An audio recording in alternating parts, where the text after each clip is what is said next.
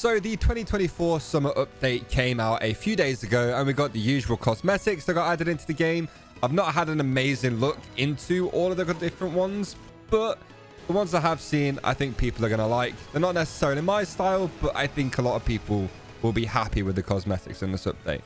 For some reason, they added 38 new and unusual effects, which is bordering on slightly too many for one update, but fine. Okay, whatever. Just standard update stuff at this point. This is essentially what we expected from the summer update. The cosmetics and the crate and the unusual effects, and that's it. They also added 10 new maps as well, all in like the summer rotation. And to be fair, most of the maps I do quite like. Some of them I'm not going to play a whole lot because the game mode doesn't interest me or something like that.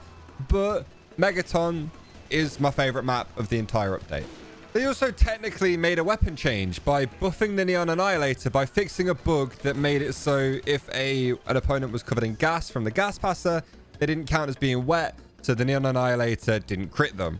They fixed that now, so it does crit when opponents are in the gas. So, cool. It's a weapon buff, technically. I do want to make a video on that in the future if I find a way to even make a video about that, because I can't do it. I'm awful at playing Pyro. But if I think of a way of doing it and I put a bit of practice in, maybe you'll see that at some point. But the main thing that got changed with this update that is actually just huge are these two little lines right here. And those two little lines essentially mean there now exists a button you can click in game to turn off all custom decals in TF2. Now, that doesn't just mean sprays, because we could already do that. And to be honest, I kind of thought that's what that button was.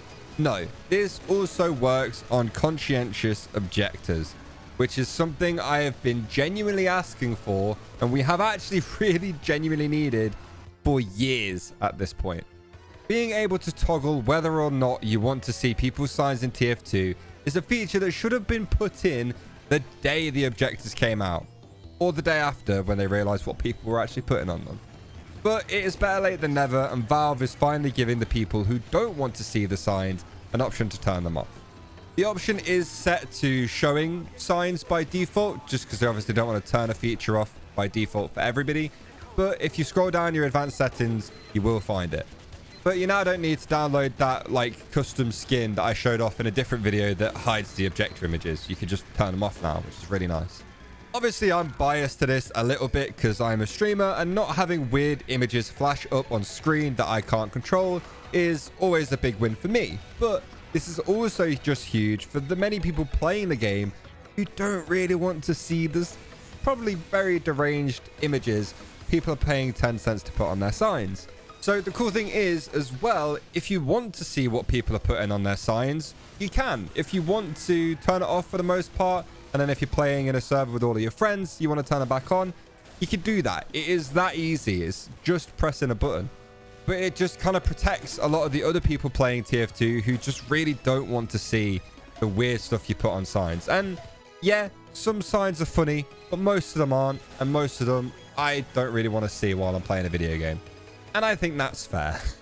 I remember saying in my video before that I made about the conscientious objectors was that if Valve weren't going to moderate these images and only let, you know, normal images on there, they needed to basically give us an option to turn it off. Basically, they've said they're not going to be moderating them, so we're letting you turn them off. And to be honest, I'm fine with that. So as it currently stands in TF2, you can now turn decals off, which we've been asking for years. Bots have been gone for the longest they have ever gone since they showed up, essentially. And the update was pretty good. The maps are cool. There was technically a weapon balance. It didn't really count as a weapon balance, more of a glitch fix. But TF2 right now is actually looking pretty good. Are Valve doing this because they don't want Deadlock to fail? Probably. But as TF2 players, I think we have learned that we will take these wins no matter why we're getting them. I've just genuinely really been enjoying playing TF2 without having to kick people every single time or search for new games every single time. Like, it's crazy how many points you could actually rack up in a game when you don't have to leave constantly and when you're not spending half of it kicking people. And if this is how TF2 is going to look for the near future, then I'm very happy about that. Anyway, thank you all so much for watching the video. I appreciate you all for being here, and I will see you all next time. Goodbye.